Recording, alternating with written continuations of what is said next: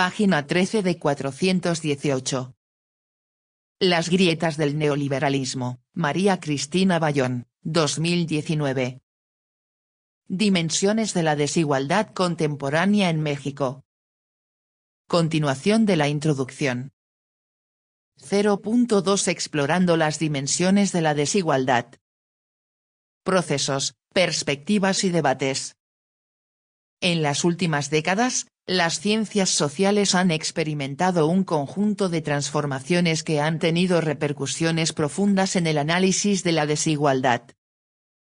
Entre tales transformaciones, Butler y Batt, 2007, destacan como particularmente relevantes, los nuevos enfoques y perspectivas teóricas, el feminismo, el postestructuralismo y el posmodernismo, así como el trabajo de Pierre Bourdieu, el giro cultural, que ha permitido incorporar las dimensiones simbólicas de la desigualdad, la relativa pérdida de centralidad de la categoría de clase, que se constituye en una de las fuentes de la desigualdad, junto con otros elementos antes marginados del análisis, como el género, la pertenencia étnica y otras formas de clasificación social. El interés cada vez mayor en el espacio y el lugar, que permite dar cuenta de las expresiones espaciales que asumen los procesos de polarización social.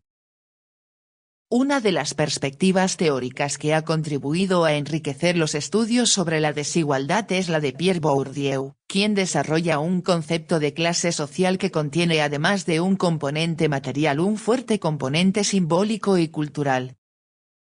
La clase refiere a los principios fundamentales de diferenciación social y cultural, a las diferentes condiciones de vida ligadas con esas diferencias, así como al poder, lucha y dominación invertidos en dichas diferencias. Atkinson, 2015. En la distinción, 1988, Bourdieu propone un concepto de clase que resulta relacional y dinámico, el cual hace referencia a las maneras como individuos y grupos utilizan un conjunto de recursos en sus relaciones con otros, quienes a su vez se comportan de la misma manera. Dichos recursos toman la forma de diversos tipos de capital, económico, cultural, social y simbólico. Así, la posición de clase dependerá del volumen y composición del capital disponible. Dado que la posesión de capital no puede ser analizada de manera estática puesto que su composición cambia en el transcurso del tiempo, incorpora un componente dinámico al análisis mediante la noción de trayectoria. Al indagar acerca de los hábitos de clase, sistemas de disposiciones duraderas que gobiernan las prácticas y los gustos culturales de los diferentes grupos sociales, señala que dichos gustos se definen en términos opuestos. El gusto de una clase es ante todo el desagrado por los gustos de los miembros de otras clases sociales. Bourdieu, 1988. De tal modo, el habitus no solo entraña el sentido del lugar propio, sino también el sentido del lugar de los otros. Supone un sistema de clasificación según el cual los agentes no solo se clasifican a sí mismos sino que se exponen a las clasificaciones de los otros. Bourdieu, 1989, 19.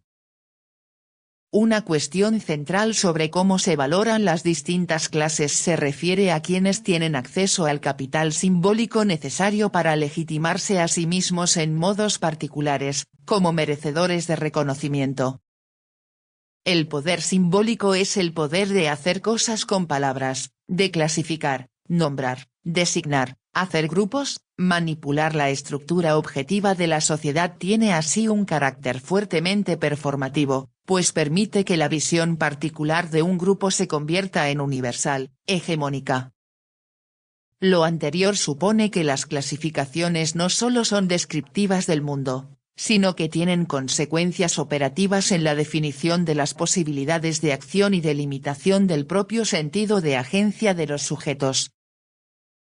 Respecto de la especificidad que asumen los mecanismos legitimadores de la desigualdad en tiempos de neoliberalismo, debemos señalar que aunque el acceso a recursos simbólicos y a procesos de violencia simbólica siempre han sido centrales para la reproducción de las jerarquías y divisiones de clase, En el contexto neoliberal se ha incrementado de manera notable el rol que desempeñan las agencias mediadoras en la legitimación de las desigualdades. Como sugiere Wacquant, 2012, lo nuevo del neoliberalismo se refiere precisamente a la reingeniería y redespliegue del Estado como la agencia clave que establece las reglas y fabrica las subjetividades, las relaciones sociales al igual que las representaciones adecuadas al funcionamiento de los mercados.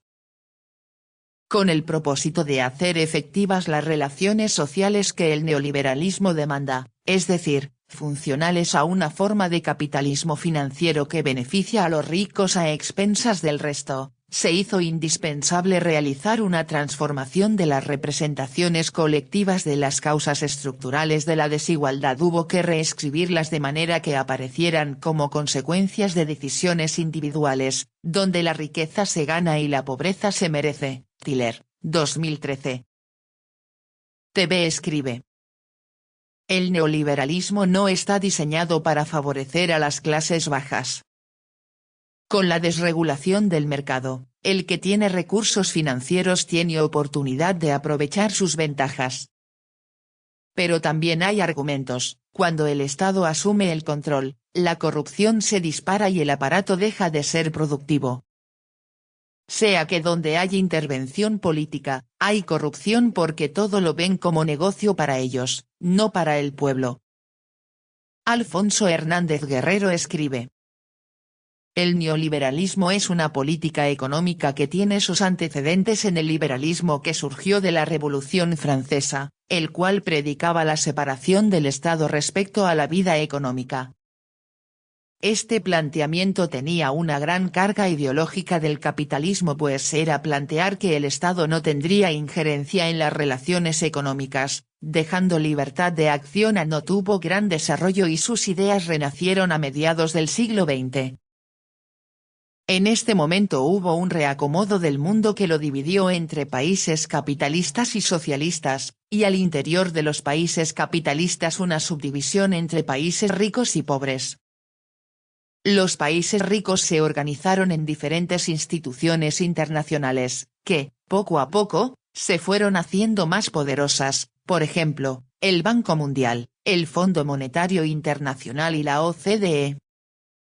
Aquí surge el concepto de neoliberalismo, que indica el resurgimiento del liberalismo de una forma nueva.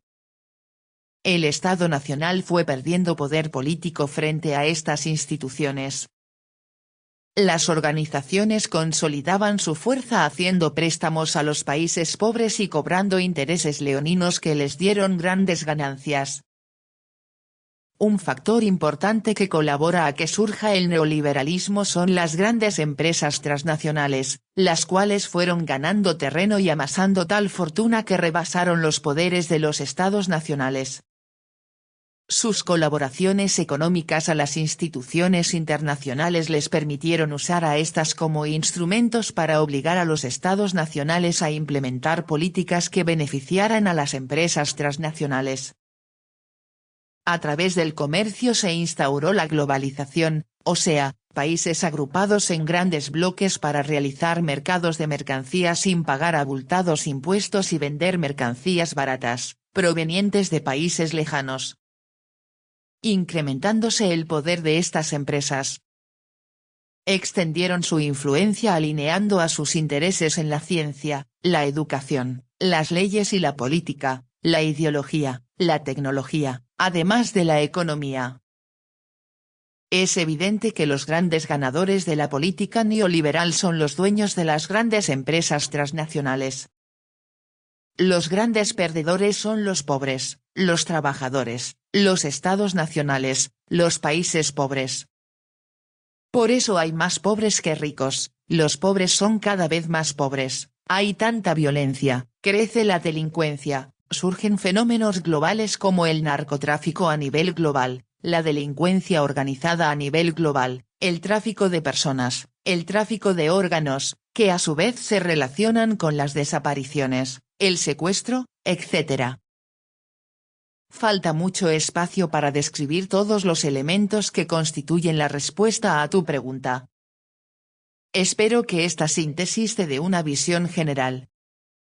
El autor escribe: junto al reconocimiento cada vez mayor de las dimensiones culturales y simbólicas, la desigualdad social no solo tiene una expresión espacial, sino que el espacio en sí mismo resulta productor de desigualdad. En efecto, en una sociedad jerárquica no hay espacio que no esté jerarquizado y que no exprese tanto las jerarquías como las distancias sociales de la vida social. Bourdieu, 1999. La distribución de la población en el espacio, el nivel de concentración de determinados grupos en ciertas áreas de las ciudades, así como el grado de homogeneidad social de estas, o los dos, nos remiten no solo a procesos de diferenciación, sino que contribuyen a una mejor comprensión de las expresiones que asume la desigualdad en contextos específicos.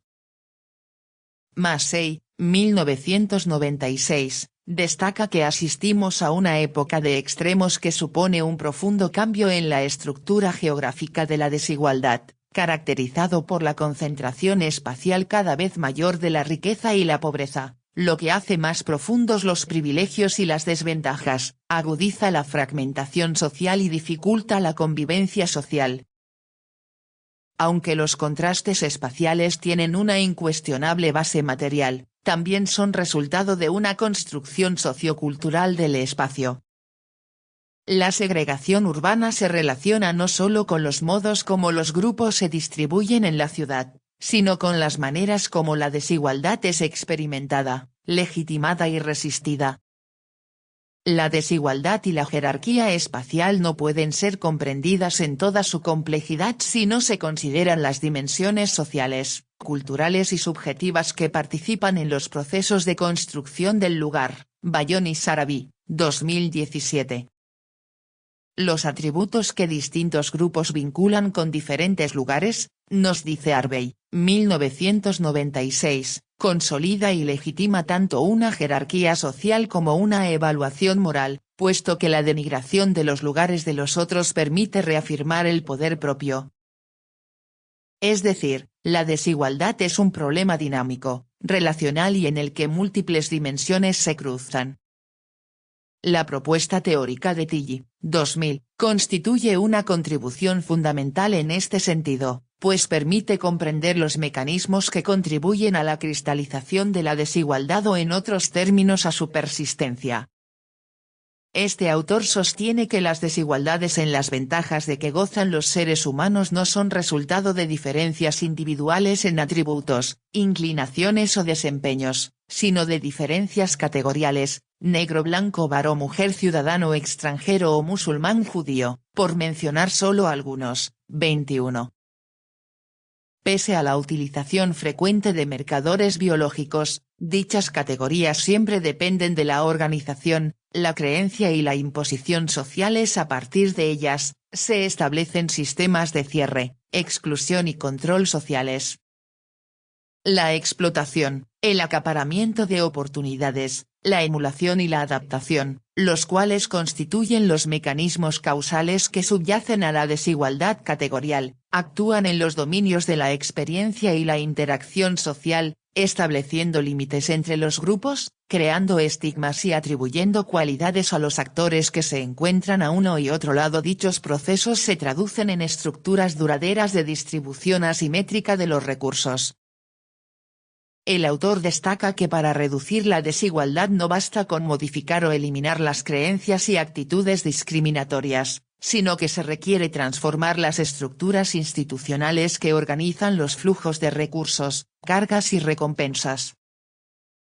Terborn, 2015, también hace hincapié en la necesidad de abordar la desigualdad en sus múltiples dimensiones, y propone distinguir tres tipos.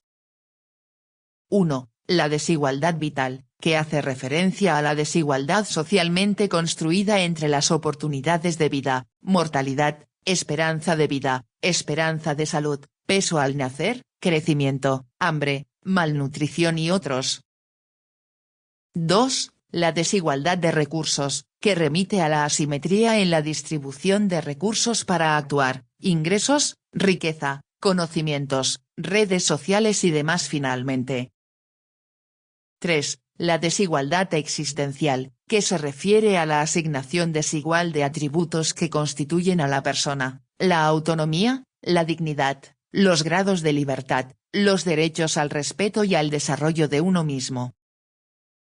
Pese a ser una de las desigualdades menos exploradas, esta última ha ganado terreno en los últimos años en el marco del giro cultural que han experimentado los estudios sobre el tema, así como de la comprensión de la justicia en términos de redistribución y reconocimiento.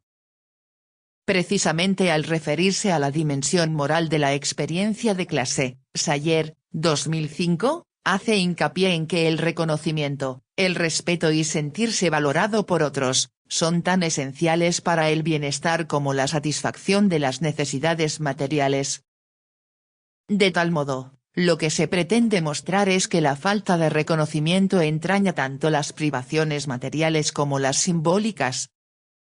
Ello supone que los individuos dependen de otros no solo para recibir apoyo material, sino que necesitan reconocimiento, aprobación y confianza continuos a sí mismo, que su ausencia genera angustia, vergüenza y autodesprecio. En efecto, inspirado en el concepto de poder simbólico en Bourdieu, dicho autor destaca que la definición o establecimiento de fronteras morales, así como la valoración de ciertos atributos como positivos, trata los méritos que el grupo dominante se adjudica como si fueran universalmente válidos. El significado moral de la clase no está separado de los atributos de valor y autoestima, lo cual crea posibilidades desiguales de prosperar y padecer o sufrir. De esta manera, la demanda o reclamo de superioridad moral y cultural de las clases medias y altas sobre los otros legitiman los desiguales sistemas de distribución social y económica. En otros términos, los intereses y las posiciones de clase de los segmentos privilegiados. Lamont, Belgean y Clair, 2014, destacan la necesidad de ampliar la agenda de los estudios sobre desigualdad, mediante la exploración de los procesos culturales que contribuyen a producir y reproducir. Los procesos culturales hacen referencia a la construcción de significado intersubjetivo, mediante sistemas de clasificación y categorías compartidas por medio de las cuales los individuos dan sentido a su contexto. Lamont, Belgean y Clair, 2014, 574.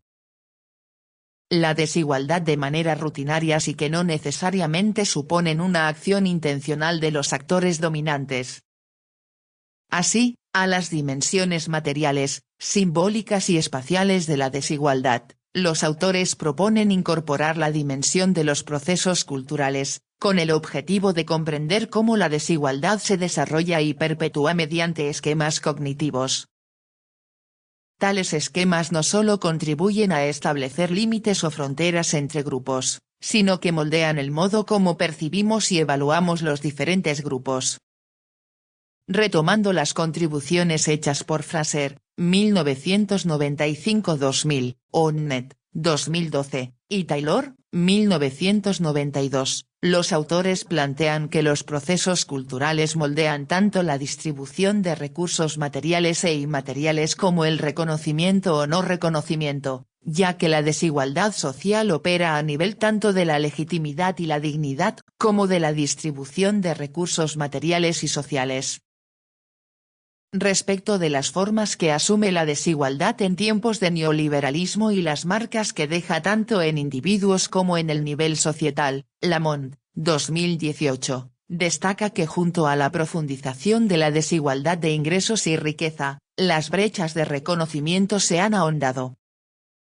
En este contexto, la autora plantea la necesidad de desarrollar una sociología del reconocimiento y la desestigmatización que permitan entender y reducir brechas de reconocimiento, es decir, las disparidades en valor y membresía cultural entre grupos en una sociedad. Los afectados en este proceso han sido, y siguen siendo, los grupos más vulnerables. El discurso dominante sobre la construcción del sujeto, self, relaciona el valor social y la membresía cultural con la identidad, ocupación y estilo de vida de la clase media, atributos que quedan fuera del alcance de amplios segmentos cada vez más numerosos de la población, lo que parece condenarlos a percibirse a sí mismos y ser percibidos por otros como perdedores. Lamont, 2018, 433. Destacar las brechas de reconocimiento, la desvalorización social, la discriminación y en términos más generales la desigualdad en las relaciones de poder, no entraña que dichos procesos simbólicos sean unidireccionales. Las clases subalternas desarrollan diversas formas de resistencia, tanto retóricas como estratégicas, de revalorización de lo propio frente a las prácticas discursivas que los construyen como los otros inferiores. De esta manera, a la par que se protege la autoestima, se resiste y disputa la hegemonía de los discursos estigmatizantes.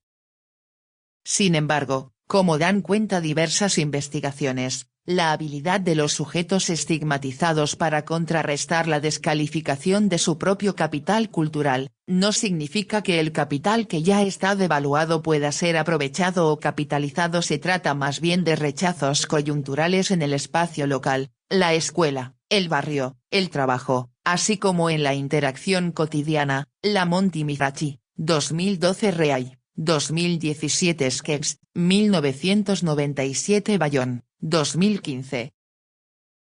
Desde la teoría feminista y la teoría racial crítica, el concepto de interseccionalidad inicialmente utilizado por Kimberlé Crenshaw, 1991, constituye un esfuerzo por develar los procesos de subordinación y los diversos modos en que dichos procesos son experimentados tanto por quienes se hallan subordinados como por quienes tienen privilegios relacionados con dicha subordinación, lo que nuevamente señala el carácter relacional de la desigualdad. De tal modo, la autora destaca que las categorías tienen significados y consecuencias y tales significados se encuentran encarnados en valores que promueven las jerarquías sociales, por lo que las luchas por la identidad de los grupos subordinados se constituyen en sitios de resistencia por la descategorización o bien, en otros términos, por la desclasificación.